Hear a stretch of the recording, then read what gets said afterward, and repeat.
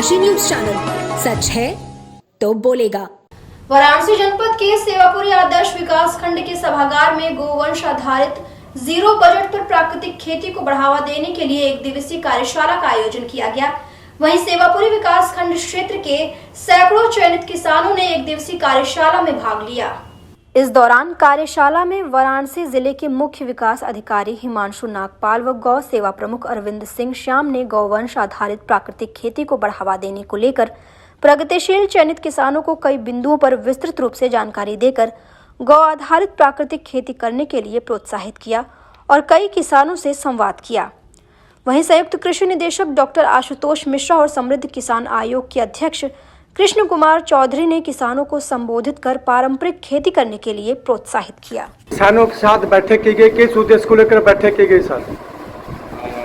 आज यहाँ सेवापुरी ब्लॉक प्रांगण में लोक भारती के माध्यम से जो हमारा प्राकृतिक खेती की जागरूकता के लिए और किसानों को उससे जोड़ने के लिए और सेवापुरी ब्लॉक के अंदर जो एक प्रधानमंत्री जी का आदर्श विकास खंड है, तो उसे पूरा नेचुरल फार्मिंग के माध्यम से सैचुरेट करने के लिए गौ आधारित खेती यहाँ पर उसका प्रमोशन करने के लिए किसानों की एक कार्यशाला रखी गई थी, जिसमें सभी किसानों को इस संबंध में ट्रेनिंग दी गई। उन्हें बताया गया कि इसके फ़ायदे क्या हैं और किस तरीके से इसे किया जाए, और प्रयास रहेगा कि आने वाले समय में सभी किसानों को इससे जोड़ा जाए। और कई FPOs हम ऐसे बनाए जो सर किसानों सर इस तरह के जो किसान इनकी पैदावार सर बाजारों में क्या व्यवस्था है इनके सर अच्छा दाम मिले सर? जिन किसानों का इसमें फीडबैक प्राप्त हुआ, जो किसान इस तरीके से प्राकृतिक खेती कर रहे थे, उनका प्रोडक्टिविटी यानी उनकी उत्पादकता भी ज़्यादा हुई और उन्हें इसका अच्छा मूल्य भी बाजार में मिल रहा है। और सामान्य जो हमारी यूरिया और DAP की आधारित खेती होती है, उससे कई ज़्यादा मूल्य इन्हें प्राप्त हो रहा है और इन्हें इसका कई फायदा हो रहा है। सर सरकार द्वारा चलाई जा रही योजना सर इन किसानों के लिए क्या सर सहायता दी जा रही है सर? इसके लिए जो हमारा ये गंगा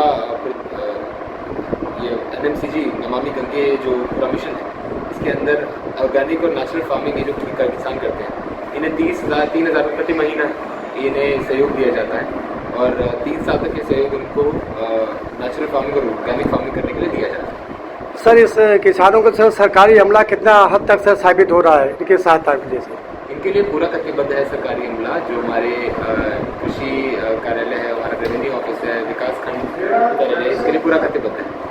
लोक भारती के द्वारा बनारस में विशेष रूप से सेवापुरी विकास खंड को गौ आधारित प्राकृतिक खेती से पूरी तरीके से आच्छादित करने के लिए पिछले कुछ वर्षों से प्रयास चल रहा है और इस समय उसका परिणाम भी दिखने लगा है। जगह जगह अलग अलग गांव और न्याय पंचायतों में किसान सफलतापूर्वक प्राकृतिक खेती कर रहे हैं। सेवापुरी ब्लॉक में सर कब से चल रहा है सर? सेवापुरी ब्लॉक में लगभग 3.5 वर्ष हो गए हैं।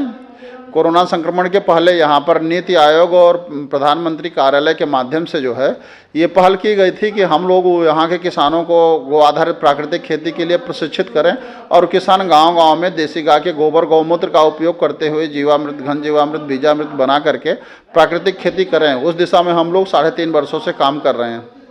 सर आज यहाँ पे आप इतने दिनों से सर कार्यरत हैं सर, इसमें कितने किसान अभी तक इस विधि से खेती कर रहे हैं सर? धरातल में देखने को क्या मिल रहा है? 210 किसान के आसपास सेवापुरी विकास खंड के 87 ग्राम पंचायतों में, जो 12 न्याय पंचायतों में विभक्त हैं, वो लगभग 210 के आसपास किसान कर रहे हैं, जिसमें 20-25 किसान ऐसे हैं जो प्राकृतिक खेती का जो भी सुभाष पालेकर जी का सिद्धांत है उसको पूरी तरीके से पालन करते हुए बीच में 2 वर्ष के लिए थोड़ा सा हम लोगों के द्वारा देखभाल नहीं हो पाई कोविड संक्रमण के कारण, लेकिन इस बार जो भी किसान जो है प्राकृतिक खेती कर रहे हैं व्यवस्थित और उनका खेत कैसे मॉडल बने उस दिशा में हम लोग तेज़ी से प्रयास कर रहे हैं।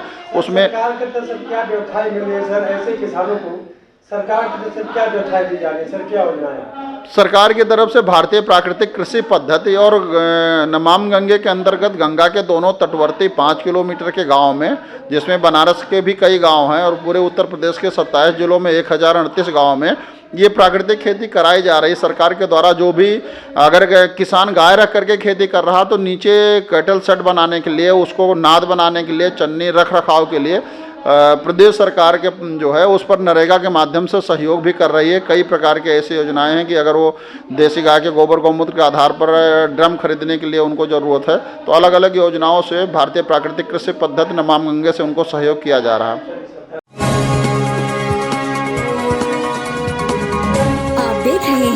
डैनकाशी न्यूज चैनल, सच है तो बोलेगा।